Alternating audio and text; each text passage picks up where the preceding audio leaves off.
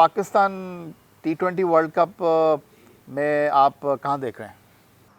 यार अभी जो अगर आप देखें रिसेंटली पाकिस्तान खेला है T20 ऑस्ट्रेलिया के साथ भी खेल रहा है, सीरीज़ जीत गया हुआ है। उससे एक तो अच्छा होता है कि वर्ल्ड कप से पहले आप एक बड़ी टीम के साथ सीरीज़ खेलें, जीत गए, एक मोमेंटम आपको मिलता है। लेकिन एक जो मुझे प्लस पॉइंट नज़र आया, जो पाकिस्तान टीम की बैटिंग अप्रोच जो मुझे स्पेशली नज़र आई है, आगा जो है वो लीड फ्रॉम द फ्रंट कर रहे हैं। तो आई थिंक ये जो माइंड सेट है, अगर इसी माइंड सेट से जाएंगे कि जो फेयर ऑफ फेलियर है ना, ये अगर इस तरह के माइंड सेट से खेलेंगे कि ये ना हो, तो मुझे लगता है कि चांसेस हैं पाकिस्तान के high. What about Babar Azam? बहुत ज़्यादा उनके हवाले से सवाल हो रहा है। आप इस बारे में क्या कहेंगे कि क्या इस वक्त जो सिचुएशन है, कंडीशंस हैं, उसके हिसाब से सही सिलेक्शन उनका हुआ है, या एक टाइम पर लोग जो कह रहे थे कि बाबर के बगैर टीम नहीं बनती और अब कह रहे हैं कि जी उसकी टीम में जगह नहीं बनती? देखिए, एक तो आई थिंक उस दिन आगा ने भी यही कहा है कि हर बंदा जो है ना बाबर के बारे में ही सवाल करता है, और आजकल आई थिंक राइटली सो, क्योंकि उनका जितना एक्सपीरियंस है, जितना उन्होंने पाकिस्तान को सर्व किया, उस लिहाज से तो बनता है कि आपको चेक एंड बैलेंस देखना है कि कहाँ पे राइट सिलेक्शन है, कहाँ पे रॉन्ग सिलेक्शन है। और जहाँ तक मुझे लगता है बाबर आजम की सिलेक्शन हुई है तो उनको प्रूव भी करनी है फिर अपनी सिलेक्शन जो है, क्योंकि अगर आप देखें पिछले 1.5-2 साल से उनकी परफॉर्मेंस में डिक्लाइन आया है, ना कि वो अपवर्ड गए हैं, वो नीचे ही आए हैं। तो यहाँ पे थोड़ा सा वरिंग साइन है, और यहाँ पे सिलेक्टर्स को भी देखना है, टीम मैनेजमेंट को भी देखना है कि कॉम्बिनेशन में वो आते हैं कि नहीं आते। और जिस माइंडसेट से पाकिस्तान लास्ट 2 सीरीज़ खेला है, अगर आप देखें स्पेशली ऑस्ट्रेलिया के अगेंस्ट खेले हैं, तो उनका जो माइंडसेट था पावर प्ले को चार्ज करने का, वो उन्होंने किया है। पहले मैच में आई थिंक 56-57 था, दूसरे में 65 प्लस था। तो इस वाले माइंडसेट में वो आते हैं कि नहीं आते। यस, हर बंदा ये कहता है कि जी श्रीलंकन जैसी कंडीशंस में उनका होना ज़रूरी था, लेकिन वो तो स्पिनर्स के अगेंस्ट स्ट्रगल करते हैं। जब भी अभी दोनों सीरीज़ में वो स्पिनर से आउट हुए, तो ये एक क्वेश्चन मार्क है उनके लिए। अगर वो अपनी सिलेक्शन को कैसे प्रूव करेंगे ये तो मुझे भी नहीं पता, और सिलेक्टर्स ने किस थॉट पे उनको लेके आए हैं कि वो उन कंडीशंस में वो बेनिफिट हमें दे सकते हैं। हाँ, वो फॉर्म में होते तो शायद मैं कह सकता कि वो दे सकते, लेकिन इस टाइम तो वो बेचारा खुद भी अंडर प्रेशर है कि उससे परफॉर्म नहीं हो रहा पाकिस्तान जैसी कंडीशंस में भी। तो ये क्वेश्चन मार्क है उनके लिए। क्वेश्चन मार्क की आमिर आपने बात की, तो क्या ये क्वेश्चन मार्क नहीं बनता पाकिस्तान टीम के सिलेक्शन पर कि आपने कोई मिडिल ऑर्डर ही नहीं रखा हुआ? है ही नहीं है अभी जो बेचारा नाफे, मैं तो यही कहूँगा, वो तो अपना अगर उसने करियर स्टार्ट किया तो उसने एज अ ओपनर स्टार्ट किया है।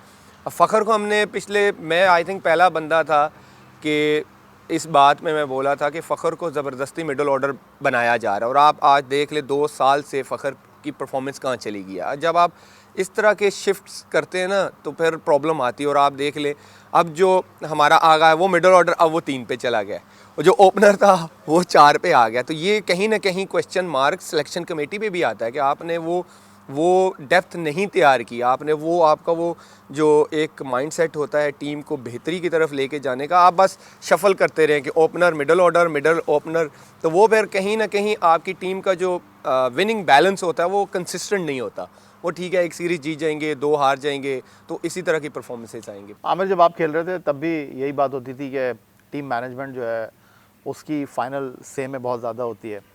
अब बात हो रही है कि जी सिलेक्शन कमेटी 20 मुंतखब करती है, 15 कप्तान और हेसन डिसाइड करता है। लग रहा है आपको? मुझे लगता है इस कोच का, मुझे लगता है कि थोड़ी से है जो मुझे लग रहा है, क्योंकि टीम की आप प्लेइंग स्टाइल भी देखें ना, प्लेयर को पहले बता दिया जाता है कि आप सीरीज़ का एक मैच खेलोगे, दूसरा ड्रॉप हो गए, तीसरा फिर आप खेलोगे। तो यहाँ पे तो उसका लगता है कि उसकी चल रही है। लेकिन बात यह कि इससे पहले वो तो अभी आया ना, आई थिंक 6 महीने हुए उसको, लेकिन इससे पहले भी यही सिस्टम चलता रहा है। कोई सेटलमेंट टीम में नज़र नहीं आई कि स्पेसिफिक रोल होने चाहिए कि ये हमारा 4-5 का बैट्समैन है, ये टॉप 3 है, ये कभी भी नज़र नहीं आया। पिछले 2-3 साल से ऐसा ही हो रहा है कि आपको एक सेटल्ड टीम नज़र नहीं आई। तो Aamir, as a fast bowler, आप इस टीम की जो फास्ट बॉलिंग सिलेक्शन है उससे मुतमईन है? Salman Mirza, Shaheen Afridi, Naseem, do you think fair enough? And fourth fast bowler आपके फ़हीम अशरफ?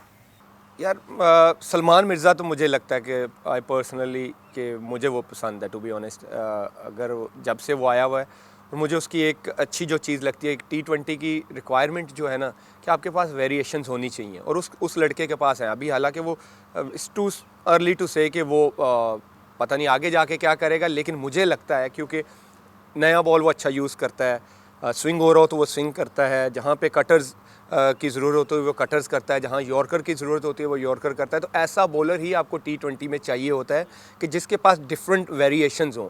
जहाँ तक आपने शाहीन की बात की, यस, अगर हम बाबर की बात करते तो शाहीन की भी बात करनी है, क्योंकि उनकी भी परफॉर्मेंस नीचे ही आई है ना कि ऊपर आई है। और ये अगर वो वर्ल्ड कप में जा रहे हो, फॉर नाउ वो हमारे लीडर ऑफ द अटैक है, लेकिन उनका रोल भी बहुत एक क्रिटिकल सिचुएशन में है कि मुझे नहीं, might be I am wrong, मुझे कहीं ना कहीं लगता है कि वो भी कहीं ना बेंच पे बैठ जाए। तो यानी आपके लिए सरप्राइज़ नहीं होगा, ये आप देखने वालों को ये बात कर रहे हैं कि अगर आपको during the world cup final 11 में शाहीन आफरीदी एंड बाबर नज़र ना आए तो ये सरप्राइज़ नहीं होगा, ये टीम की सिचुएशन और टीम के ये कॉम्बिनेशन के लिए हम बेहतर लोगों है। फैंस को भी समझने की ज़रूरत है ना, क्योंकि यहाँ पे फिर वो आपने देखा होगा कि पवेला मच जाता है कि ये वो सीनियर था, वो कैसे बैठ गया। ये जब तक हम इस कल्चर से भी नहीं निकलेंगे ना, हमारी टीम बेहतरी की तरफ नहीं जाएगी।